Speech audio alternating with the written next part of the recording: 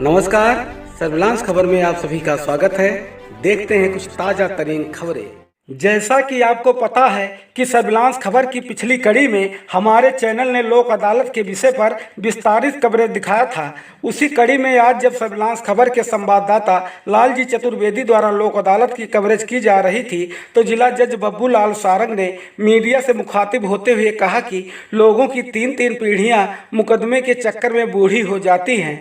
मैं मीडिया के माध्यम से बताना चाहता हूं कि वह सभी आम आदमी जो पिछले कई वर्षों से कचहरी के चक्कर काट रहे हैं, उनको चाहिए कि अपने वाद को लोक अदालत के माध्यम से निपटारा करा लें।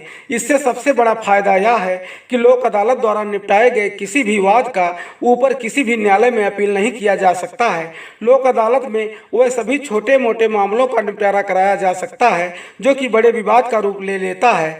आज 10 जुलाई 2021 को हम लोगों ने बैंकिंग से लेकर क्रिमिनल तक लगभग 20,000 मामलों को निपटाने के लक्ष्य रखा हुआ है। इस मौके पर नोडल अधिकारी एवं जिला विधिक सेवा प्राधिकरण की सचिव प्रियंका सिंह भी मौजूद रही। देखिए यह रिपोर्ट। देखिए, माननीय उच्चतम न्यायालय और उच्च न्यायालय के दिशा निर्देशों के अनुसार इस लोक अदालत का आयोजन किया गया है और ये आयोजन इस वजह से आवश्यक था इस समय किया जाना क्योंकि पिछले साल भी प्रथम वेव आई थी कोरोना की, अब द्वितीय वेव है और तीसरी वेव आने वाली है। तो सभी जो लिटिगेंट हैं उनका न्यायालय में आना या उनको अपनी समस्याओं का समाधान करवाना थोड़ा सा मुश्किल हो चुका था और ये आवश्यक था कि वो ई लोक अदालत के माध्यम से इन सभी समस्याओं का समाधान कर पाए। और क्योंकि न्यायालय पूर्णतः फिजिकल हियरिंग नहीं कर पा रहा था तो इस वजह से फिजिकल हियरिंग ना होने की वजह से उनके केसों का निपटारा भी नहीं हो रहा था और पेंडेंसी जो है न्यायालय के अंतर्गत केसों की वो हर न्यायालय के अंतर्गत बढ़ती चली जा रही है। और जब तक एक सही केसों का निपटारा समय पर नहीं होगा तो वो जो भी लिटिगेंट है वो अपने आप को मानसिक तौर पर ये नहीं पाएगा कि वो रोजगार कर सके या वो अपनी समस्याओं को दूर करने में ही लगा रहेगा। वो अन्य काम नहीं कर पाएगा, ना परिवार को देख पाएगा, ना किसी और चीज़ को, ना अपने रोजगार को देख पाएगा। इस वजह से इस लोक अदालत का आयोजन किया जाना बहुत आवश्यक था और इस आयोजन के अंतर्गत सभी प्रकार के केसेस दिए गए हैं। वो रेवेन्यू से संबंधित हैं, वो बैंकों से संबंधित हैं, वो सिविल न्यायालय से संबंधित हैं और वो क्रिमिनल से भी संबंधित हैं। ऐसे वो सभी केसेस जो रेवेन्यू की नेचर की हैं, राजस्व से संबंधित हैं, उनका भी इसी लोक अदालत के अंतर्गत निपटारा किया जा रहा है। तो गांव देहात से जो लोग हैं जिनका राजस्व से संबंधित है वो अपने ई लोक अदालत के माध्यम से वो अपने केसों का निपटारा कर सकते हैं। इसी प्रकार से जो सिविल न्यायालय में लंबित मामले हैं उसके अंतर्गत यदि वो अपना निपटारा लोक अदालत के माध्यम से करते हैं तो उन्हें किसी भी अपील का या किसी भी अन्य कार्रवाई का संचालन नहीं करना पड़ेगा और उनको जो ये माना जाता था कि दादा ने केस डाला है और पोते तक अभी केस पेंडिंग है, वो सब समस्याओं का समाधान हो जाएगा।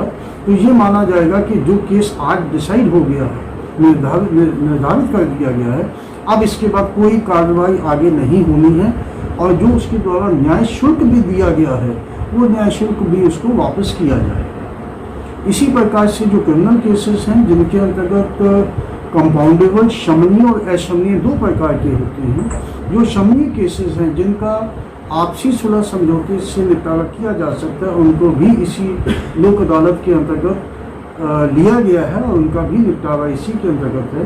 क्योंकि जब दो पक्ष आपस में लड़ते हैं या किसी मतभेद होता है तो वो मतभेद बच्चों तक चले जाता है कि वो पारिवारिक एक कलह बनती है।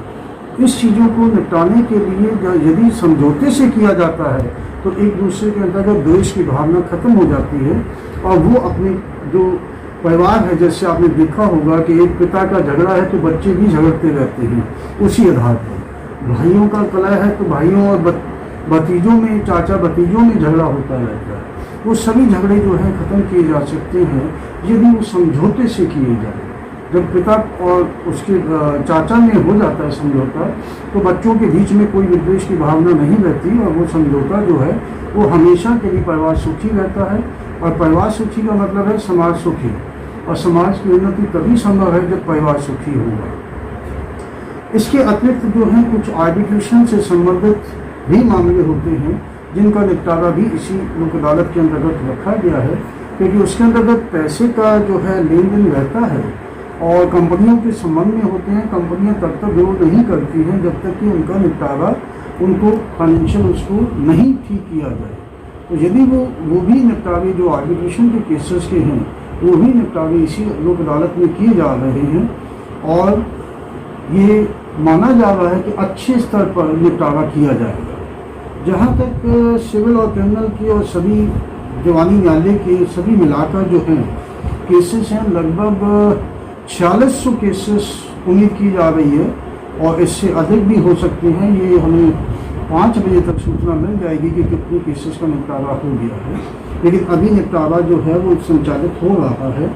इसी प्रकार से बैंक के केसेस और सभी रेवेन्यू के केसेस और टेलीफोन विभाग के केसेस, ये सब केसेस मिलाकर लगभग 20,800 केसेस हैं।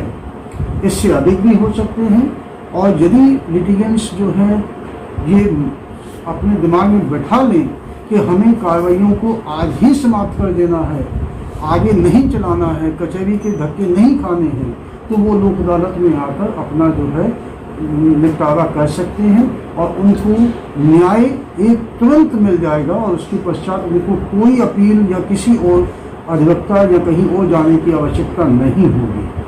तो मैं सभी से ये आशा करता हूँ कि जल्द ज़्यादा से ज़्यादा संख्या में जिनके वाद लंबित हैं न्यायालयों में वो अपना निपटारा इस लोक अदालत के तहत करें।